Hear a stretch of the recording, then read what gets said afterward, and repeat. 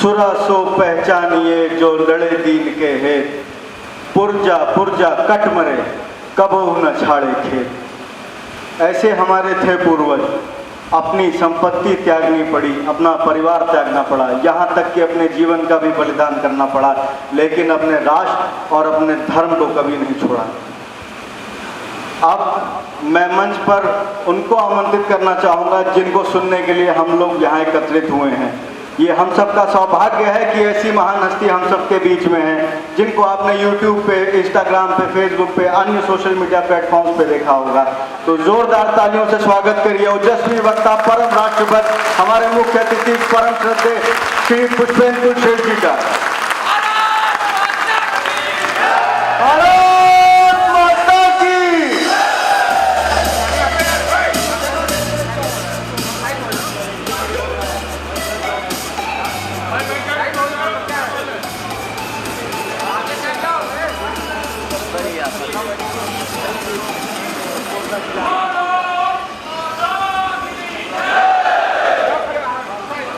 आप सबका बहुत बहुत धन्यवाद। आपके जो आज के आयोजक हैं, शंखनाद संस्था और इसके तमाम पदाधिकारी, मंच पे हमारे बुजुर्ग, इस शहर के जाने माने होम्योपैथ डॉक्टर रमेश श्रीवास्तव साहब। मुझे कभी कभी ये मेरे मन में सवाल उठता है, बहुत सारी बातें मेरे बारे में कही जाती हैं, तो ना मैं कोई बहुत बड़ा नेता हूं, ना छोटा नेता हूं, ना कोई सेलिब्रिटी हूं। एक साधारण सा आपके बीच का आदमी ने पत्रकारिता की 25 साल तक, उसके बाद उसे इस्तीफा दे दिया और कुछ बातें आपके सामने रखने लगा। इस 9-10 साल के सफर में कभी ये पता नहीं था कि रायबरेली में, जहां मैं कभी नहीं आया इससे पहले, न चुनाव का कोई माहौल है, न किसी को जीतना है, न किसी को हराना है। एक डॉक्टर साहब ने फोन किया, उन्होंने अपना परिचय दिया और कहा कि ऐसे ऐसे रायबरेली के अंदर हम एक प्रोग्राम करना चाहते हैं, हम आपका समय चाहते हैं। और आज वो दिन आ गया कि मुझे इतने सारे राष्ट्रभक्तों के बीच में बोलने का मौका मिला।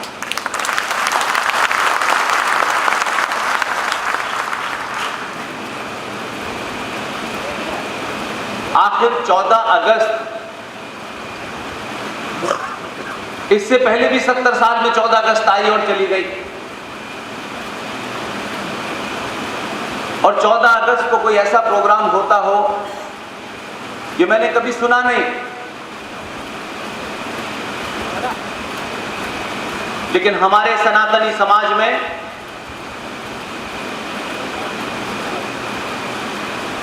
एक बहुत बड़ी कमी रही है।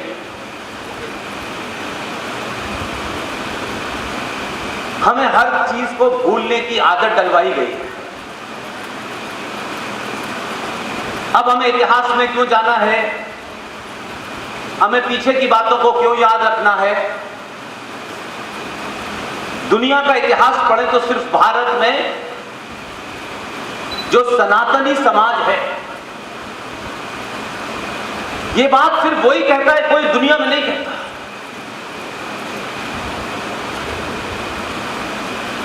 और हमारे स्कूल और कॉलेज के अंदर इतिहास पढ़ाया जाता है। अब वो झूठा है सच्चा है वो एक अलग डिबेट का मामला है, लेकिन आज भी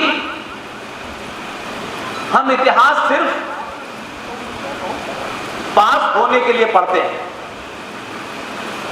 पास होने लायक नंबर आ जाए, बस उतना ही हमारा इतिहास से संबंध है। छोटे से छोटा देश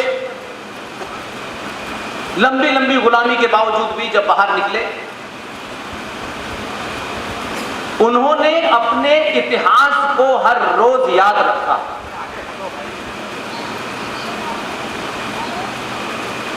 इतिहास की एक प्रवृत्ति होती है, जो लोग अपने इतिहास को भुला देते हैं, इतिहास भी उन्हें भुला देता है। इतिहास हमारे यहां पढ़ाया जाता है ये कहते हुए कि हम इतिहास इसलिए पढ़ते हैं कि जो गलतियां हमसे, हमारे पूर्वजों से, दादा परदादा, जो भी उनसे गलतियां हुई, वो गलती नहीं दोहरानी है, इसलिए इतिहास पढ़ाया जाता है। हमको भगवान मर्यादा पुरुषोत्तम राम की कहानी याद है, सीता मां की याद है, लक्ष्मण की याद है, कृष्ण भगवान की याद है, सब याद हैं। अगर उनको भी हमने इतिहास समझकर पढ़ते नहीं तो आज हम ये भी भूल जाते कि मर्यादा पुरुषोत्तम राम कौन थे, उन्हें वनवास क्यों हुआ, वो लंका क्यों गए। लेकिन ये हमें याद है। लेकिन आज कुछ चंद मिनट की जो आपने ये फिल्म दिखाई है, इस फिल्म में हो सकता है 5 से 10 ऐसे लोग रहे हों जो जीवित हों, जिनका आपने इंटरव्यू किया। लेकिन आज का दिन मेरे लिए इसलिए महत्वपूर्ण है कि मैं ये मानता था कि 15 अगस्त को हमारे देश में मिठाई बांटी जा रही है, बड़ा उल्लास है, हम आजाद हो गए। और यह सरकारी तंत्र जिसने आजादी को एक ड्रामा बना दिया,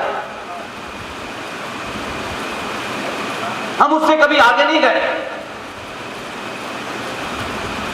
अगर दुनिया में कोई सबसे बड़ा फ्रॉड हुआ है, सबसे बड़ा घोटाला हुआ है, तो ये आजादी का सबसे बड़ा घोटाला है। हिंदुस्तान की किसी किताब में नहीं मिलता कि 15 अगस्त 1947 को भारत आजाद हुआ है। किसी डॉक्यूमेंट में अवेलेबल नहीं है ये।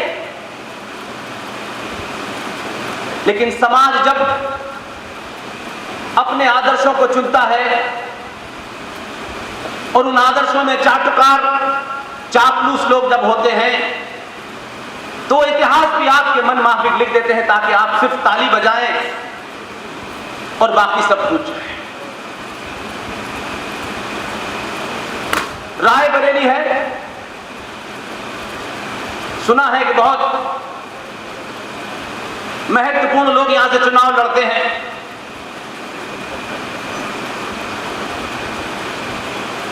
पता नहीं आप महत्वपूर्ण मानते भी हैं कि नहीं मानते। मुझे बताया गया कि रायबरेली के अंदर बड़ी जागृति आ रही है। मुझे भी ये आंकड़ों से पता लगता है कि 5 साल पहले रायबरेली के 3.5 लाख लोगों को नहीं पता था कि किसे चुनना है, वो घट के अब 1,500 रह गए, 1.5 लाख रह गए।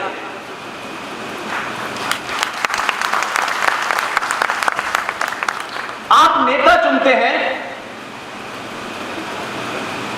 किस लिए चुनते हैं? उसकी जाति देख करके, उससे आपकी नजदीकी हो, या आपके कुछ काम हो जाएंगे, आपकी कुछ नाजायज चीजें जायज हो जाएंगी। क्या सोच के दुनिया में, भारत में लोग वोट देते हैं? या पिछले 70 सालों से लगातार जो वोट दिए जा रहे हैं वो किस बुनियाद पर दिए जाते हैं? हमारी जाति का कोई नेता हो जाए, कोई मंत्री हो जाए, कोई अध्यक्ष हो जाए, इससे कभी हम आगे नहीं बढ़े। लेकिन इसी समाज के लोग जब मंच पे आते हैं, बड़े बड़े प्रवचन, घंटों प्रवचन, लेकिन उन प्रवचनों में सच नहीं होता। वो समाज जिसका जीवन काल शास्त्रार्थ, कितनी भी जटिल समस्या हो, हमारे इतिहास में शास्त्रार्थ होता, न उसमें किसी की जाति देखी जाती थी, न पद देखा जाता। आज वो समाज एक ऐसी फिलॉसफी से, एक लुटेरी सभ्यता से, एक मारकाट की सभ्यता से जब उसका सामना आमना हो रहा है तो अपने बीच भी उसकी चर्चा नहीं करना चाहता। इसलिए जो समाज मरने से डरते हैं या जिनको मरने का फन नहीं आता, वो जिंदा नहीं रहते। इसलिए आज ऐसा क्या हुआ कि पिछली 14 अगस्त से पहले आपने ये शब्द ही नहीं सुना था। क्या हम किसी के इंतजार में बैठे थे? क्या हमारे बीच में बुद्धिजीवी नहीं थे? दुनिया जमाने की चर्चाएं, हर बात पे चर्चा, हर बात पे बहस, लेकिन पद पे कौन है यह महत्वपूर्ण नहीं है। महत्वपूर्ण यह है कि कुछ योजनाओं के माध्यम से कुछ मुफ्त मिल जाएगा, कुछ छूट मिल जाएगी, उससे आप आज जिंदा रह सकते हैं, लेकिन अनंत काल तक जिंदा रहना है तो 14 अगस्त जैसी घटनाएं हजारों साल तक नहीं भूलनी चाहिए। और आज आप 14 अगस्त की बात करते हैं और फिर 1947 की बात करते हैं। हमारे इतिहास में जितने भी युग पुरुष हुए हैं, उन सब में मेरा आदर्श आचार्य चाणक्य है। जिस धरती पे आचार्य चाणक्य पैदा हुआ हो, उसने अपने पूरे जीवन शैली से लगातार एक मैसेज दिया हो, आज उस धरती पे चाणक्य नहीं चाटुकार पैदा हुआ है।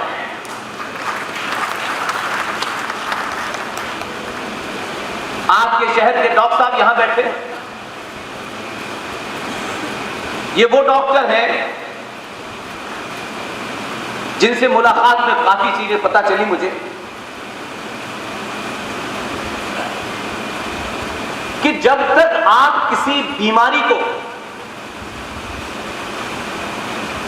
पहले तो यह पता हो कि यह बीमारी है या नहीं है, हम उसे बीमारी मानते भी कि नहीं मानते हैं, और अगर आपको बीमारी का पता चल जाए तो ये जो अंग्रेजी दवा है ये बीमारी से मुक्ति नहीं देती, राहत देती है। आचार्य चाणक्य का एक वाक्य है, आप सब जानते हो। आचार्य चाणक्य एक दिन अपने घर से निकल के अपने काम पे जा रहे थे। रास्ते में उनके पैर में एक कांटा चुभा। आचार्य चाणक्य हमारी और आपकी तरह होते, कांटा निकालते फेंकते चले जाते, मुझसे क्या मतलब है ये कहते वो अपने काम कर चले। लेकिन आचार्य चाणक्य ने पैर में लगे उस गोखरू के कांटे को निकाला और फिर आगे नहीं गए और वहां से उसी रास्ते से वापस लौटे। लगातार वो ये देखते रहे कि ये गोखरू का कांटा कहां से निकला है। काफी दूरी के बाद उनको उल्टे हाथ पर एक पता चला कि एक कांटे का पेड़ है, उस पर कई सारे गोखरू लटके हुए हैं। वो उसके पास गए, वहां निशान लगाया और घर वापस चले गए। दूसरे दिन एक बाल्टी मट्ठे की लेकर के आए, उस गोखरू के कांटे के पेड़ में उन्होंने मट्ठा डाल दिया। पूछा लोगों ने कि आप ये क्या कर रहे हैं? तब उन्होंने कहा, मैं कांटे की नस्ल में मट्ठा इसलिए डाल रहा हूं कि ये जड़ से समाप्त हो जाए ताकि दोबारा पैदा ना हो। इसलिए हमने समस्याओं का आडंबर लगा लिया है, हर रोज एक नई समस्या से लड़ रहे हैं। और आज भी बहुत सारे लोग हैं जो थोड़ा सेफ जोन में रह रहे हैं, उनको लगता है कि उनके मकान की दीवार ऊंची है तो वो बच जाएंगे। इसलिए ये बीमारी बहुत दिन तक चली। आपके शत्रु ने ये नारा लगाया, ये नैरेटिव क्रिएट किया, हम सब भाई भाई हैं। टेलीविजन की डिबेट में होगी, कुछ लोग अपने आप को पॉलिटिकली करेक्ट बताने के लिए कहेंगे, नहीं देखिए ये हिंदू मुस्लिम भाईचारा सदियों से था। कोई किताब नहीं मिली मुझे अभी पिछले 50 साल में कि ये सदियों से भाईचारा कहां पे था। फिर एक नया ड्रामा चला हमारे कि देखिए हम तो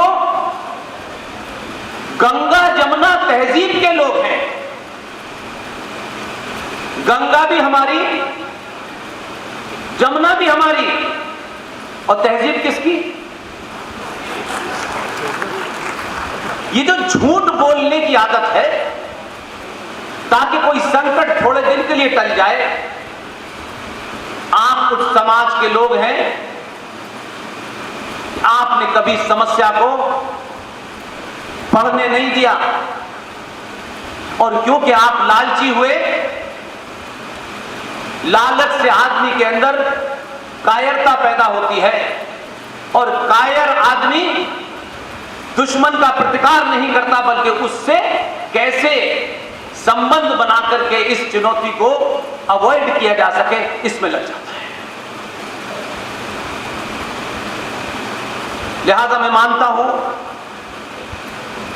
पिछली बार 15 अगस्त को मैं नागपुर में था अपने फंक्शन के सिलसिले में, और मैं स्पीच सुन रहा था जो एक रस्मी स्पीच भारत के प्रधानमंत्री को देनी होती है। उसमें बहुत सारी बातें होती हैं सरकार के बारे में, क्या क्या किया। मैं उसमें से वो तथ्य ढूंढता हूं जिससे आने वाली नस्लें, उनका कंफ्यूजन, उनके अंदर की कुंठा दूर हो जाए। यह आइडिया हमारे यहां लोगों ने नहीं दिया, आइडिया में से बहुत देते हैं लोग हमारे यहां कि 14 अगस्त इतिहास में पढ़ाया जाता है आपके यहां। 14 अगस्त को पाकिस्तान आजाद हुआ था। वो पाकिस्तानी भी कहते थे मुझसे जब मैं जाता था, पूछता था किससे आजाद हुए हैं आप, तो उन्होंने आज तक बताया नहीं कि 14 अगस्त में वो किसके गुलाम थे और किससे आजाद हुए। लेकिन आपके यहां एक बड़ी कॉन्स्टिट्यूंसी है जो 14 अगस्त को अपने पुरखों की लाशों के ऊपर अपनी वर्तमान में सामाजिक तथाकथित समरसता को बनाने के लिए पाकिस्तान को मुबारकबाद देते हैं कि आपको 14 अगस्त की आजादी की मुबारकबाद। हम 70 सालों के अंदर सरकार का जो आंकड़ा है, जो डॉक्यूमेंट है, उसमें 11 लाख हैं, लेकिन सरकारों ने डॉक्यूमेंट कैसे बनाए हैं इसका आपको अंदाजा नहीं है। तो जो अभी आईएनए की फाइलें खुली हैं उसके हिसाब से भारत विभाजन 21 लाख लोगों की लाशों पे हुआ है। दुनिया में इतना बड़ा मैसेकर कहीं नहीं हुआ। लेकिन जापान में हिरोशिमा में बम डाल दिया, कुछ हजार लोग मर गए। हमारे बच्चों को हिरोशिमा और नागासाकी के बारे में पता है, लेकिन अभी वो जनरेशन जिंदा है जिन्होंने उस दंश को झेला है, लेकिन इसके बारे में हम बात नहीं करते, क्योंकि इस बात करने से कोई नाराज हो जाता। ये नाराज न करने की बीमारी ने आपको बीमार बना दिया है। इसलिए आज भी धड़ल्ले से खुल्लम खुल्ला झूठ बोला जाता है और समाज के तथाकथित बुद्धिजीवी बोल रहे हैं, ठेकेदार बोल रहे हैं। वो चाहते नहीं है कि इस समाज को सच बात पता चले। उन्होंने कोशिश बहुत की, लेकिन अब उनके हाथ में कुछ रहा नहीं है। इसलिए सोशल मीडिया ने डॉक्टर को, इंजीनियर को, आईएएस को, आईपीएस को, दुनिया में जो जहां है, इस संचार क्रांति के माध्यम से आपकी बातों में तथ्य होगा, तर्क होगा, लॉजिक होगी, तो दुनिया आपको सुनेगी। इस कारण वो बौखलाए हुए हैं आजकल, क्योंकि वो चाहते हैं कि सच अगर पता चल गया तो लोग हमसे हमारी भूमिका का हिसाब लेंगे कि हमने जब आपको ठेका दिया था तो कम से कम आपने हमें बता तो दिया होता कि संकट हमारे सामने ये है। लेकिन आज भी आप झूठ बोल रहे हैं। इसलिए नए नए तर्क, झूठी झूठी परिभाषाएं गढ़ना फिर शुरू कर दिया। ये वो दौर है कि इस जागृति के अभियान को दुनिया की कोई ताकत नहीं रोक सकती, क्योंकि आप ये मानना चाहते हैं, आपने ये तय किया है कि जो कुछ भी रहा हो, हमारे बुजुर्गों ने अच्छा किया, बुरा किया, समय के हिसाब से क्या समझौता किया, लेकिन अब कम से कम हम ना अपने निजी जीवन में, न सार्वजनिक जीवन में झूठ नहीं बोलेंगे। इसलिए सबसे बड़ा काम, अब उसको लोग किसी राजनीतिक दल से जोड़ देते हैं, किसी पार्टी से जोड़ देते हैं। राजनीतिक दल, कोई संगठन राष्ट्र से बड़ा नहीं हो सकता। इसलिए आप अपने नफे नुकसान से समझते हैं। मैं आज पूरे विश्वास के साथ, पूरी ताकत के साथ इस 11 साल के सफर में मुझे एकदम 70 mm के पर्दे पे जो लिखा होता है साफ नजर आता है। इसलिए आज कोई नई विचारधारा, कोई तर्क आवश्यक नहीं है। सिर्फ एक ही तर्क है, तथ्यों के ऊपर रेफरेंस के साथ कितनी भी कड़वी बात हो उसको समाज के सामने रख दीजिए। पूरे देश में हजारों रायबरेली की तरह लोग अलग अलग लोगों को सुन रहे हैं, और इसी से, क्योंकि आपने सच बोलना शुरू कर दिया है, कुछ लोग सड़कों पे निकल करके आपके सच बोलने की कला से इतने डर गए हैं कि पहले वो डराते थे नारे तकबीर अल्लाह ऊपर करके, अब डराते हैं कि सर तन से जुदा हो जाएगा। अब वो इस मुल्क से जुदा होने वाले हैं, तन सर से जुदा नहीं होने वाले।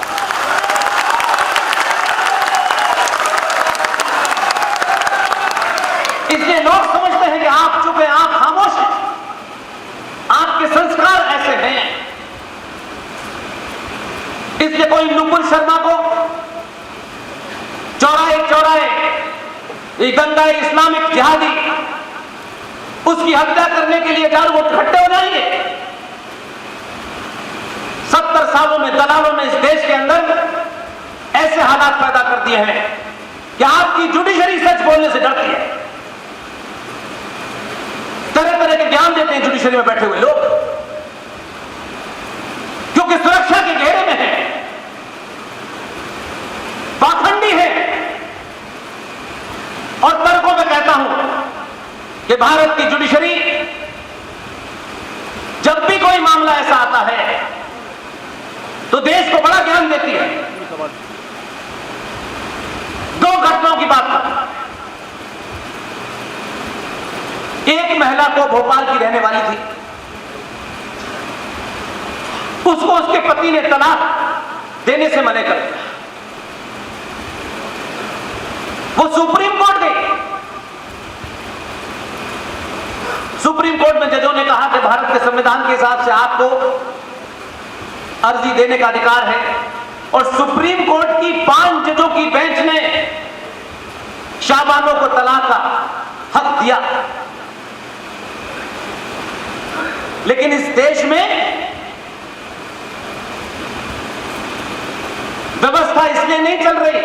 आप बहुत पढ़े लिखे हैं, बड़े सारी पीएचडी आपने कर रखी है, आप बहुत पैसा कमाते हैं, आपके बच्चे सीईओ हैं, इससे देश नहीं चल रहा। कुछ लोगों ने सड़कों पे उतर करके उस समय की, जिनके परिवार की एक कॉन्स्टिट्यूएंसी है, 412 मेंबर ऑफ पार्लियामेंट के पास उस वक्त भारत की संसद में, लेकिन सड़कों पे निकल के डराने वालों ने 412 सांसदों की पार्टी को, जिसका अध्यक्ष और प्रधानमंत्री आधुनिक युग का था, कंप्यूटर युग का था, इतना दबाव बनाया कि संसद ने शाहबानो के केस को, जिसे 5 जजों की बेंच ने पास करके दिया था, उसे पलट दिया। इसलिए ये भारत भीड़ तंत्र से चल रहा है। भीड़ भारत की व्यवस्था को डराती है, संसद को डराती है, पुलिस को डराती है, और ये भारत सरकार के जितने भी इंस्टीट्यूशंस हैं वो उसी हिसाब से पॉलिसी बनाने लगते हैं। तो लोग पूछते हैं बदला क्या है? वोट तो कल भी दे रहे थे, आज भी दे रहे हैं। हां, बदला है। 700 साल के बाद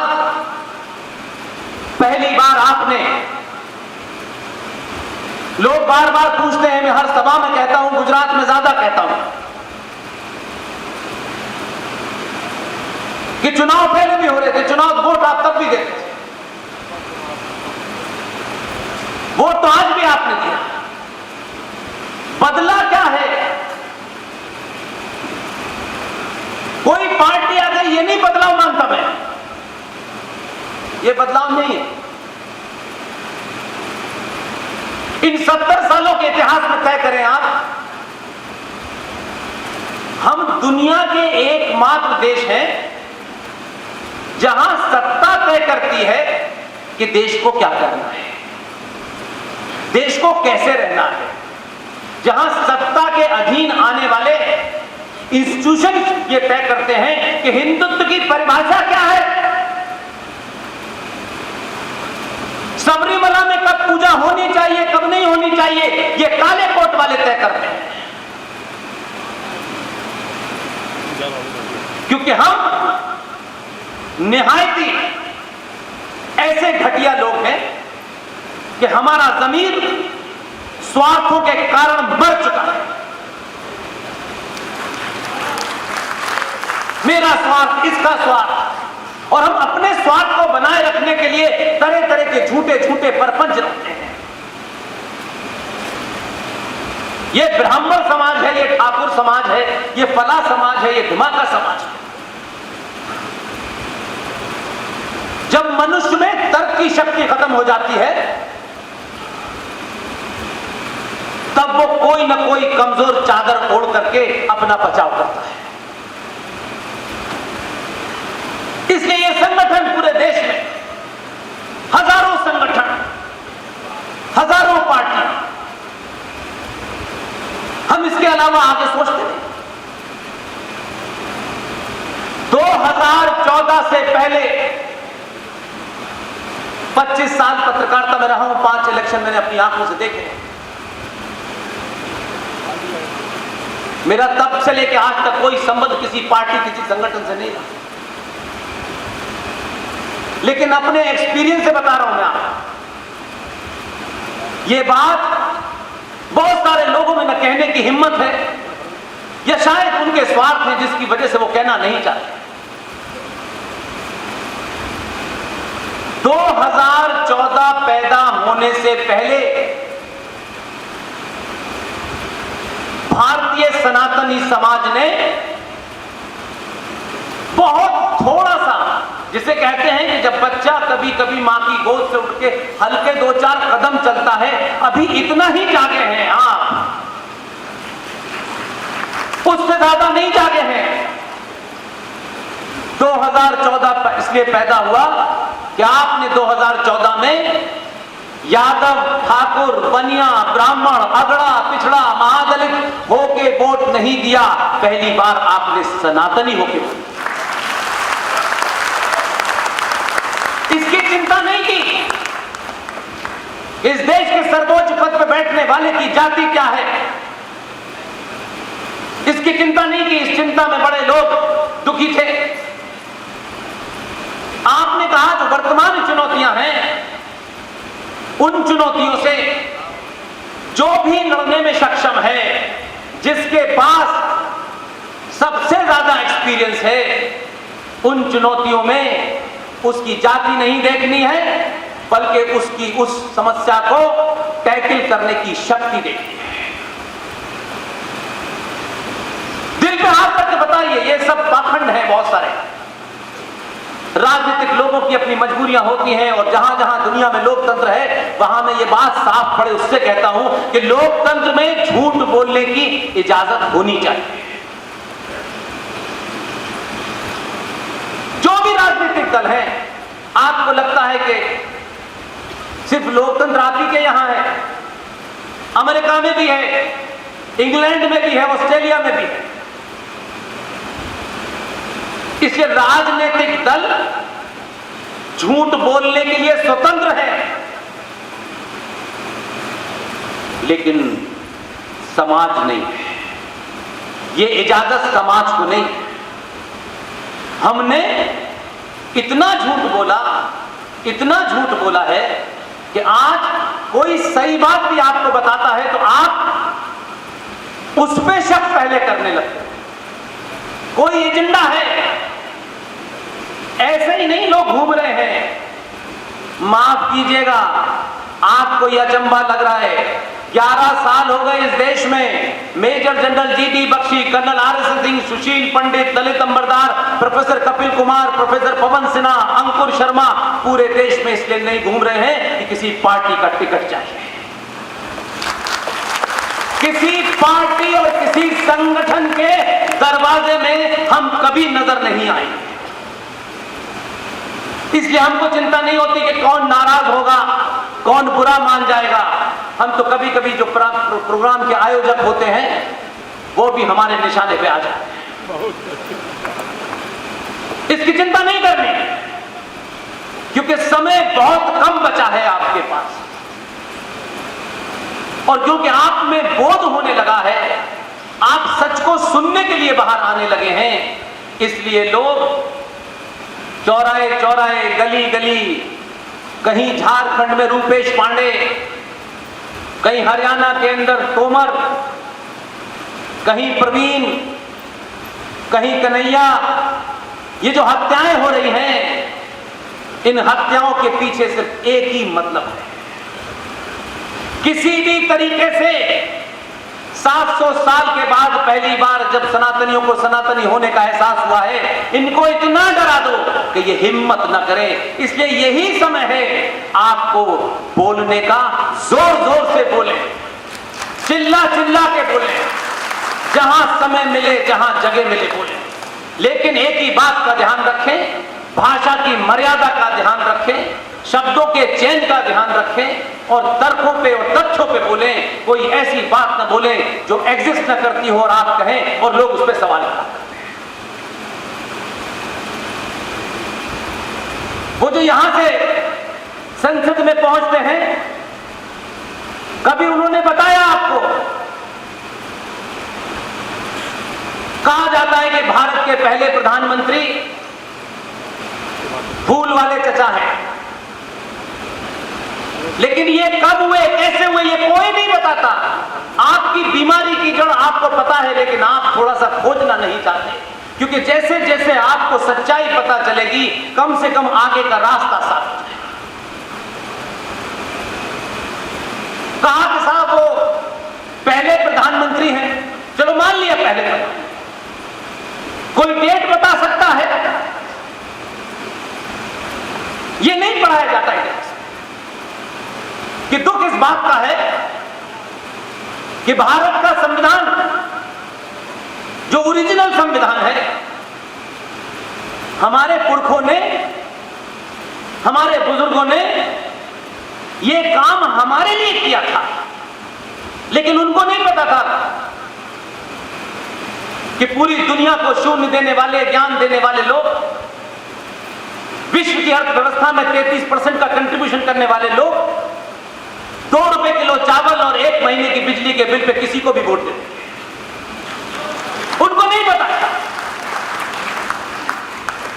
उन बुजुर्गों ने आपके अंदर वो पुरुषार्थ पैदा करने के लिए, उन परिस्थितियों में जब उनके पास बहुत ताकत नहीं थी, सिर्फ अपना काम खामोशी से किया और चुपचाप चले गए। जिंदा कौमें अपने बुजुर्गों के किए कामों को भी शायद जो ढूंढने का था नहीं किया, लेकिन खुशी है कि वो विजनरी कहते हैं उनको कि साहब वो फूल वाले चचा विजनरी थे, कहां से उन्हें विजन मिली पता नहीं। लेकिन आज आपके सामने एक प्रश्न रखता हूं। 1946 में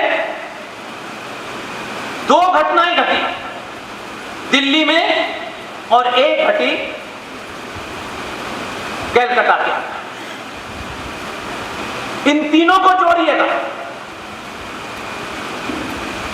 ये 14 अगस्त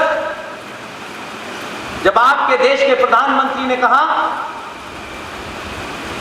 कि विभाजन विभीषिका स्मृति दिवस मनाया जाए, तब आपको लगा अच्छा ये भी है, ये क्यों मनाना चाहिए?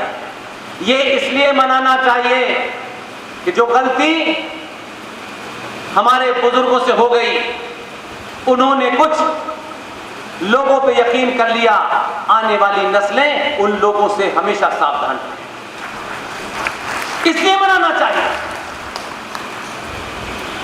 1946 की 2 घटनाएं आपके सामने रखता हूं, आपको जब उसका सही उत्तर मिल जाए तो मेरी बात को मानिएगा, और अगर कोई दूसरा उत्तर मिले तो आप सार्वजनिक मंचों से कहता हूं, कहीं भी मुझे आप खड़ा करके पूछ सकते हैं। अगर मैं कोई गलत तथ्य रखूं तो आपका अधिकार है कि आप मुझसे खड़े होकर पूछें और कहें कि ये बात आप गलत है।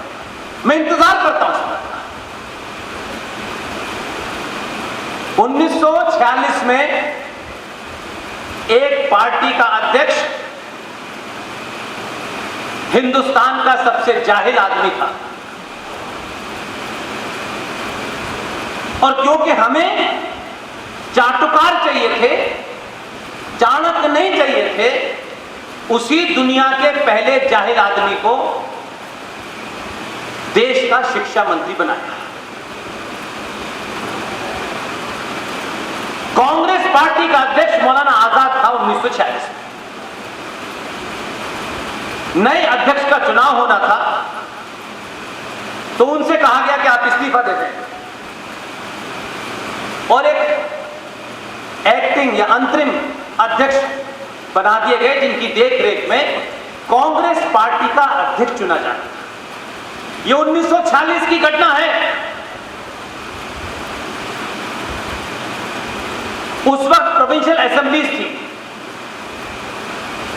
तो कांग्रेस की प्रोविंशियल असेंबली से गुप्त मतदान के तहत यह कहा गया कि आपके जिसको भी अध्यक्ष चुनना है, कि उसमें सरदार पटेल भी खड़े थे, नेहरू जी भी खड़े थे, पट्टाभी सीतारमन भी खड़े थे। तो 15 प्रोविंशियल असेंबली से वो पेटियां आई दिल्ली में, और जिन साहब की देखरेख में ये पूरी प्रक्रिया चल रही थी, उनका नाम जानते हैं कौन? उनका नाम था आचार्य जेबी कृपलानी। उन्हें कार्यकारी अध्यक्ष चुना गया कि आपकी देखरेख में चुनाव होगा, और जेबी कृपलानी ने वो सच्चाइयां जो गांधी जी ने महान कार्य किए विदेशों में जाके, जो फूल वाले चचा ने करा, उन्होंने किताब लिखी। ये जेबी कृपलानी की लिखी अपनी किताब है, किसी तीसरी सोर्स की नहीं है। लेकिन जो चाटुकार थे उन्होंने इस बात का इंतजाम कर लिया कि आने वाली नस्लों को सच न पता चले। भारत सरकार के पब्लिकेशन डिवीजन ने वो किताब छापी, गायब हो गई। बाकी किताबें बहुत मिलती हैं कि आज यहां कबूतर उड़ाए थे, आज वहां झंडा फहराया था, आज शिमला में मिले, कहां कहां उनको ढूंढा जाता था, वो मिलते ही नहीं थे। इन किताबों में वर्णन बहुत है उनका, चाटुकारिता का गुणगान है, लेकिन कोई तो सच बात लिखेगा या नहीं लिखेगा। आचार्य जेबी कृपलानी ने अपनी किताब, उस किताब का नाम है Gandhi, his life and thought.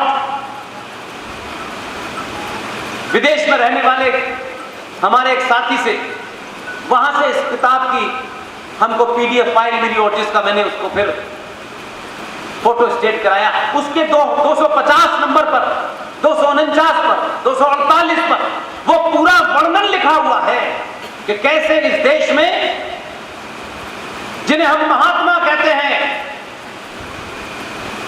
महान आदमी हैं, उनके जीवन को अगर आपने अपना लिया तो आज का समाज आपको दौड़ा दौड़ा के मारेगा।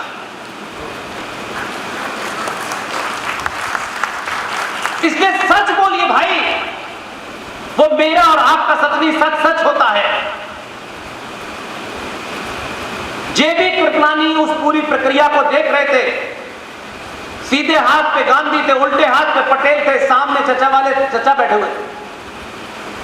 पेटी खुली, इसका रिफरेंस में बहुत राष्ट्रवादियों से सुनता कि पटेल को 12 वोट मिले, पटेल को 12 वोट मिले। ये तो है, लेकिन इसका हमें रिफरेंस तो बताओ जिससे हम ये माने कि ये बात सही है। 1.5 साल पहले वो किताब मुझे मिली, उसमें उन्होंने एक एक बात साफ साफ, पेटियां खुली, पेटियां खुलने के बाद जेबी कृपलानी ने सारी पर्चियों को निकाला और गांधी जी की तरफ मुंह करते हुए उन्होंने कहा 15 में से 12 वोट सरदार पटेल को मिले।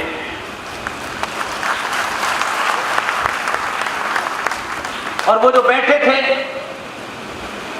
अंग्रेजों द्वारा तय किए गए, उन्हें एक भी वोट नहीं मिला। गांधी जी का यहां से चरित्र देखिए।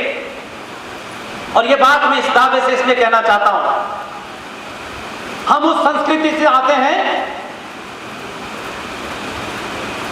कि भगवान राम की पत्नी सीता पे भी किसी ने सवाल उठाया तो राम ने उसका जवाब दिया। लेकिन कुछ लोग राम से भी बड़े हो गए हैं कि उन पे सवाल उठाओगे तो जेल हो जाएगी। ये 2022 के भारत में नहीं चलने वाला। बात तो सबके ऊपर होगी और पूरे शब्दों की मर्यादा को ध्यान में रखते होगा। गांधी ने कहा नेहरू से कि तुम्हें तो एक भी वोट नहीं मिला। कोई बहुत कद्दावर आदमी होता, स्टेटमेंट किए, जो हमारे यहां वर्ड भी आप बड़े स्टेटमेंट थे, एक खटिया आदमी को स्टेटमेंट बता करके महिमा मंडित किया गया। और साहब वो महान आदमी थे और महानता देखी। महान वो होता खड़े होकर कहता कि मुझे एक भी वोट नहीं मिला है, तो इसमें फिर शशोपंज कैसा है, इसमें सवाल कैसा है, जिसे 12 वोट मिले हैं वो कांग्रेस पार्टी का अध्यक्ष होना चाहिए। लेकिन ये कहने की हिम्मत नहीं थी, क्योंकि वो पूरा का पूरा प्रोसेस ही एक झूठ पे रखा। सरदार पटेल के लिए चिट भेजी, महान आत्मा, भारत के जबरदस्ती के राष्ट्रपिता, उन्होंने पर्ची लिख के भेजी।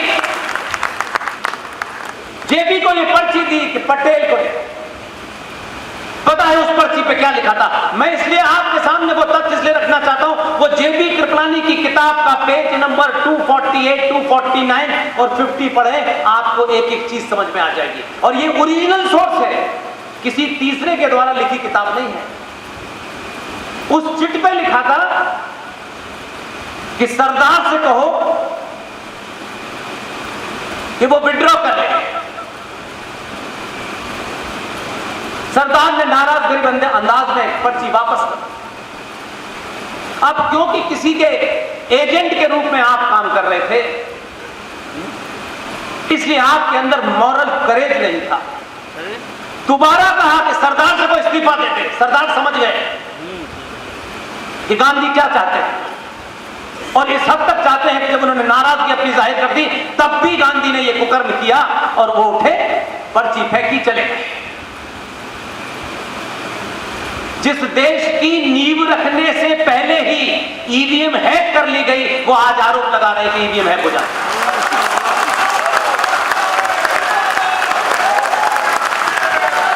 लेकिन इससे आगे की घटना सुनिए,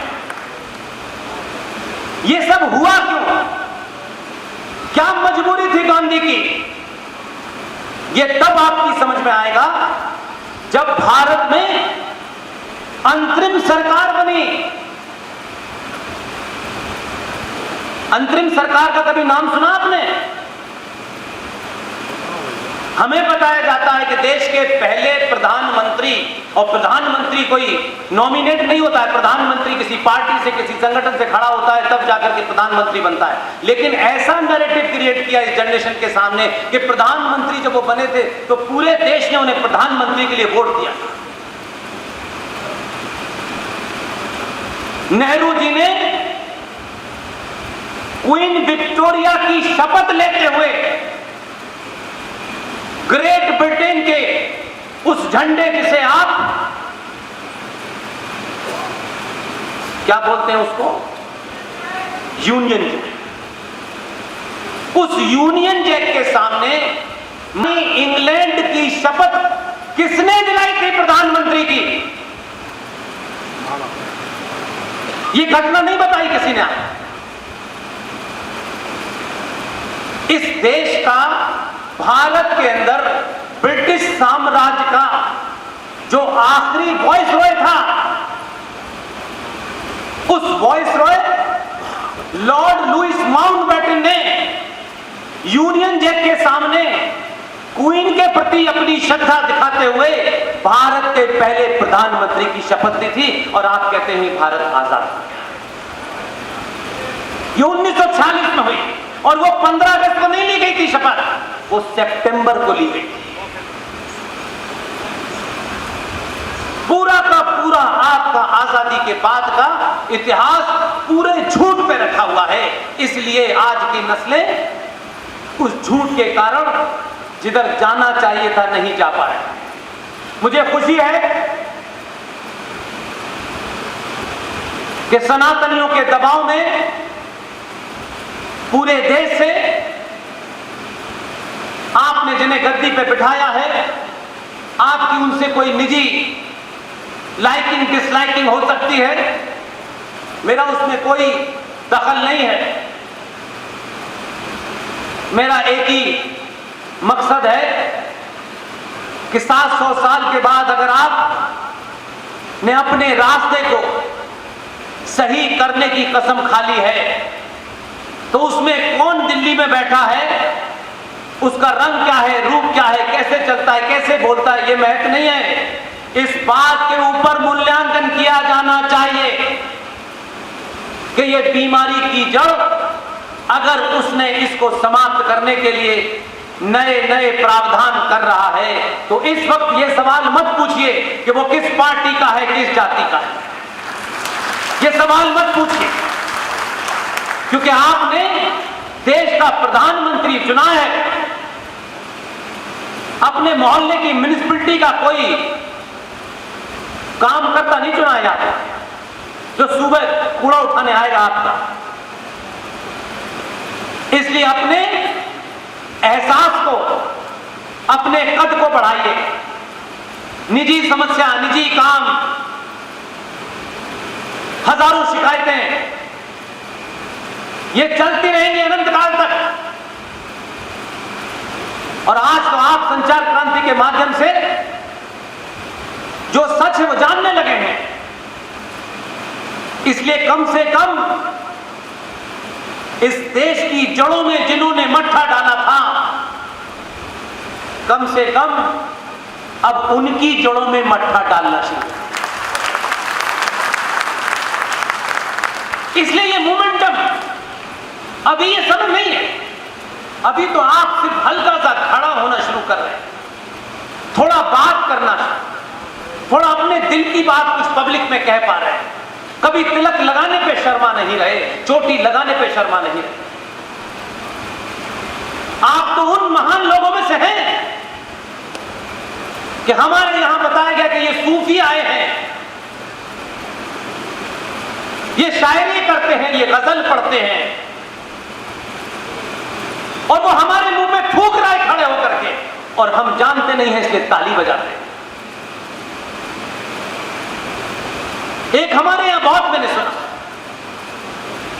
छाप तिलक सब छीनो तो से नैना मिला के। वाह वाह, क्या ताली बजाता है सनातनी हिंदू।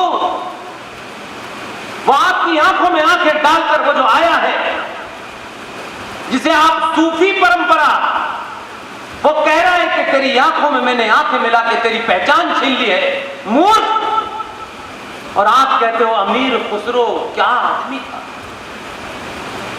वो एक चला गया इंदौर का बहुत खूबसूरत आदमी था, हाल में अल्लाह ने बुला दिया उसे।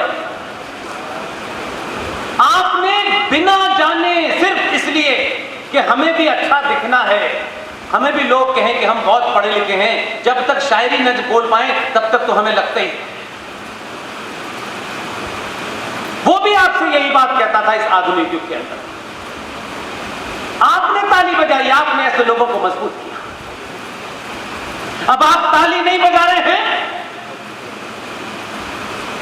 आपकी ताली बजाना बंद क्या हुई है कि बॉलीवुड के कुछ लोग अब हर चौराहे पे हिजड़ों की तरह ताली बजा रहे हैं। फिल्म देख लो हमारी, किसी तरह देख लो।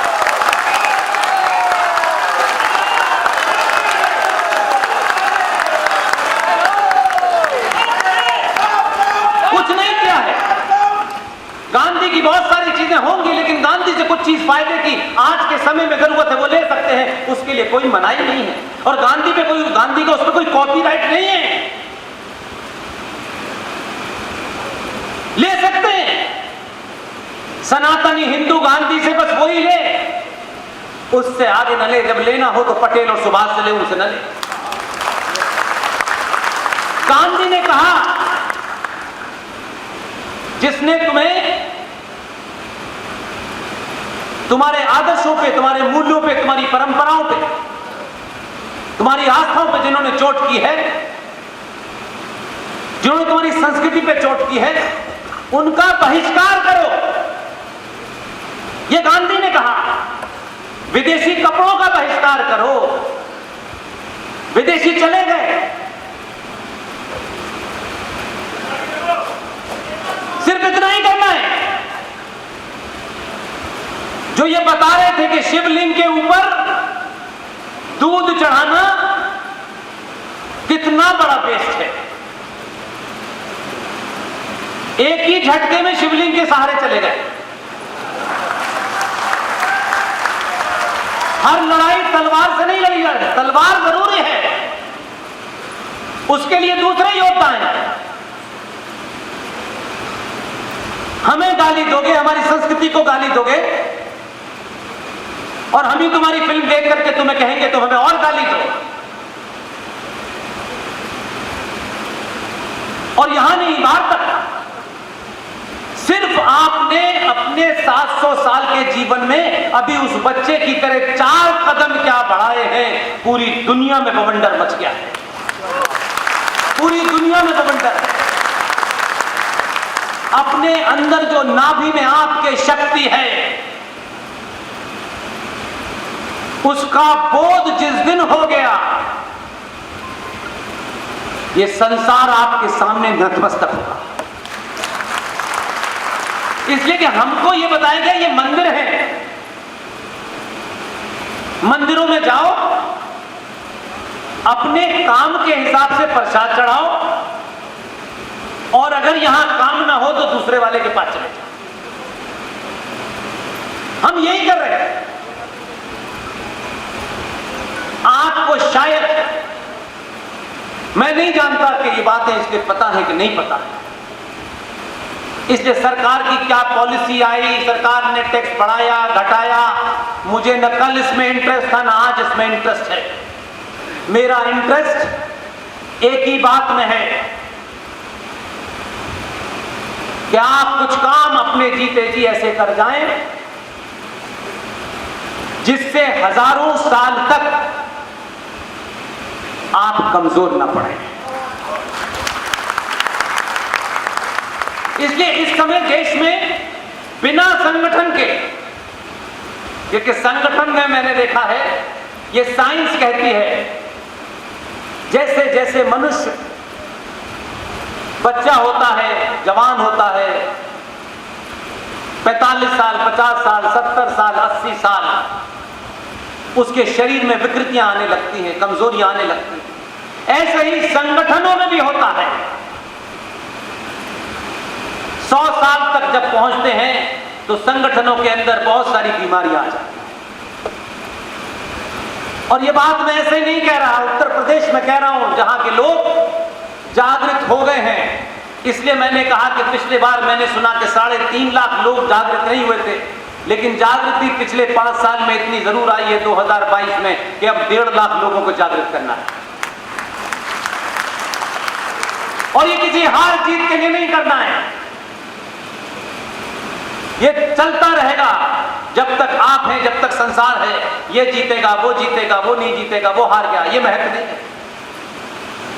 महत्व इस बात का है कि आज के युवा के सामने सही बात सही शब्दों में, सही पर्सपेक्टिव में, सही भाषा में रखिए। मेरा दावा है, मेरा 11 साल का एक्सपीरियंस है, आज का युवा जितना राष्ट्रवादी है उतना कभी कोई नहीं, क्योंकि उसकी शिकायत है, हमसे है, बड़ों से है, और शिकायत उसकी जेन्युइन है। हम आज भी 2022 के युवा से अपना एक स्टेचर लेके बात करते हैं। हम बड़े हैं, हम बहुत ज्ञानी हैं, हमारी भाषा में समझो, ये नहीं होता। उस बच्चे से उसकी भाषा में जिस दिन बात करना शुरू कर देंगे, उस दिन आपको कुछ नहीं करना है। ये जो सोशल मीडिया है, इसमें आए दिन नए नए बदलाव होते हैं। आप में से बहुत सारे ऐसे बुजुर्ग होंगे जो फोन में जरा सी गड़बड़ हो जाती होगी तो अपने नाती पोते से कहते होंगे कि देख रहे हैं इसमें क्या है, वो सेकंडों में ठीक कर देता है। कि मोबाइल आज के जमाने का नहीं है, ये उस जमाने का है। उस बच्चे को जब सही आदमी, कितना भी बुजुर्ग हो, 65 साल का हो, जब वो उनकी भाषा में बात करता है, वही युवा उसे दिल्ली की गद्दी पे बैठा देता है। ये उसकी ताकत है, क्योंकि वो जानता है कि पबजी क्या है, इंस्टाग्राम क्या है। जिन बच्चों को आप अपने संस्कारों को सही से नहीं बता पा रहे, उसमें आपकी कमी है। मेरी बहनें, मेरी माएं जो यहां बैठी हो, अन्यथा मत लीजिएगा, मेरी मां भी जीवित है। हमें किसी ना किसी तरह से, आज हमारे पड़ोसी ने हमारी तारीफ की कि नहीं की, शर्मा जी के घर में 2 गाड़ियां हैं तो मेरे घर में 3 क्यों नहीं है। किसी भी कीमत से शर्मा जी को नीचा दिखाना है, और शर्मा जी वर्मा जी को नीचा दिखाने में लगे हैं, और बाहर से आया उसने दोनों को समाप्त कर दिया, बात ही खत्म हो गई। इसलिए आप अपने बच्चों से, बेटियों से बात नहीं करते, आपको फुर्सत ही नहीं है किसी बात को, क्योंकि आपके पास पहले कभी सास भी बहू थी जो आ गई इसी इलाके के आसपास थे। सुना है मैंने, कोई दूसरी कॉन्स्टिट्यूंसी लगती है वहां आई, अब वो सास भी कभी बहू है, पर्दे से निकल के जब सड़क पे आ गई तो वो वायनाड चले गए। तो आप सास भी कभी बहू देखें, अच्छी बात है, लेकिन टेलीविजन और पर्दे की दुनिया यथार्थ की दुनिया नहीं होती। आप इंटरटेनमेंट को सच समझने लगे, इसलिए कपड़े खरीद के पहनने लगे, वैसे ही रहने लगे, और उसको देख के ऐसा लगता था कि हर घर में सिर्फ षड्यंत्री होते हैं। इसलिए आप के आदर्श कौन होने चाहिए, आपको किसका अनुसरण करना चाहिए, ये माओ ने अपनी ड्यूटी नहीं निभाई, बल्कि कुछ जगह तो माओ भी उसी बहाव में बह गई। इसलिए आज खूबसूरती की परिभाषा तैमूर की अम्मी है। हम ये समझते हैं, और आपके दौर में युवाओं ने एक नया नैरेटिव क्रिएट किया। आज का युवा बड़ा इंटेलिजेंट है, बड़ा क्रिएटिव है, सिर्फ उसकी बात सुनिए, वो जो करना चाहता है उसको थोड़ा सा पीछे खड़े होकर के मदद करिए। अपनी न बेवकूफी की नाजायज इच्छाओं को उसके ऊपर मत थोपिए कि तुझे इंजीनियर ही बनना। बहुत इंजीनियर बन गए और इंजीनियर ने बहुत से पुल बना दिए जो रोड टूट जाते हैं। जो वो करना चाहता है करने दीजिए, सिर्फ एक गाइड की तरह उसके पीछे खड़े, उसको सही बात बताइए, बस। इससे ज्यादा खतरनाक युवा नहीं। इसलिए उसी युवाओं में से कुछ लोग निकले और बहुत दिन हो गए उन्हें देखते देखते आजाद हो गया ये देश, आजादी के बड़े नगाड़े पिटे, लेकिन आजाद भारत में 1960 में एक फिल्म बनी, हम देखने जा रहे हैं किस पे बनी, मुगले आजम। फिल्मों के माध्यम से महिमा मंडित किया गया कि मुगले आजम क्या है। वो ये जानते थे कि इस 90 करोड़ जनता को मूर्ख बना के रखना है। उन्होंने नैरेटिव सेट कर दिया और आप उस नैरेटिव की दुकान चला रहे लगातार।